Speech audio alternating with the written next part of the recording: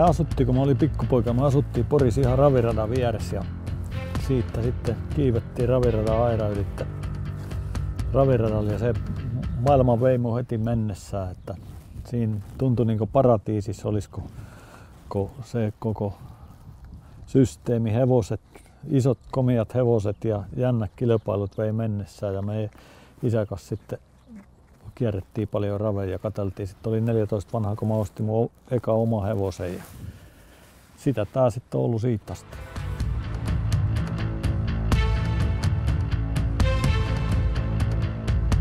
Kyllä ne on nämä työkaverit, mitkä on tää ammatin suola, että näihin ei väsy, että kyllä nämä hevoset on hienoja eläimiä, että niiden kanssa on mukava tosissaan kilpailija miteli ja sitten se on hevosmiehen unelma, kun saa huippukunnossa esittää tämmöisen hevosen ja sillä vie vähän pärjää.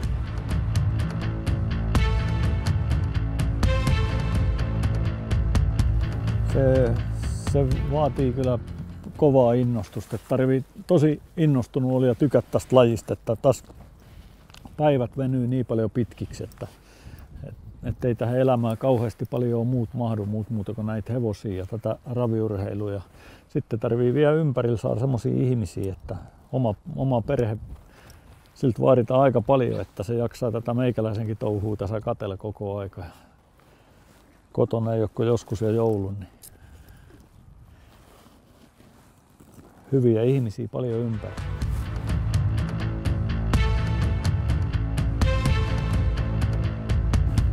Parhaan saavutuksena pidän, että mä oon suuri piirtein hyvin pystynyt itteni ja perheeni elättää tällä hommalla pian 40 vuotta, niin sitä mä pidän hyvän saavutuksen. Mutta urheilullisesti tietysti ekan mun tulee mieleen 4 ravikuninkuut ja sitten vähän niin kuin Ripaude derbyvoitto, varmaan semmoinen, mikä kuitenkin niin kuin lähimpään mun sydäntäni joka ikistä.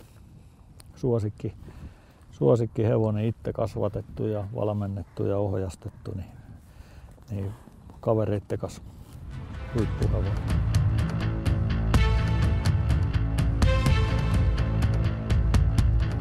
No meidän perheessä nämä tavoitteet alkaa vähän siirtyä, että mun poika Olli, niin se varmaan tässä nyt lähivuosin ottaa enemmän tai vähemmän tämä homma haltuun, niin mä koitan luoda sille nyt vaan mahdollisimman hyvät lähtökohdat tähän, jos hän haluaa tätä hommaa vielä tehdä. Että se on enemmän siinä, mutta olisihan se mukava, jos mä vielä kerran saisin oikein hyvän hevosen. Kyllä mä vähän syhyttäisi, jos oikein semmoinen vielä löytyisi.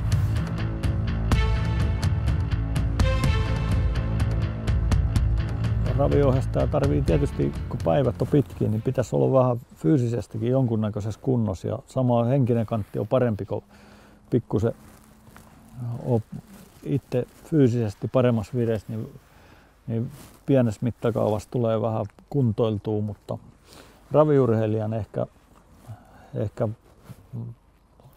tärkeää on se, että seuraa tätä lajia ja seuraa koko ajan mitä tapahtuu ja on äärettömän kiinnostunut näistä hevosista ja ravikilpailusta, että tuntee muut hevoset ja kyllä se meikäläisen elämä niin näiden ravien ympärillä niin paljon pyörii, ettei tähän tahdo paljon mitään muut mahtuu, niin eiköhän se ole sitä niin jatkuvaa kehitystä.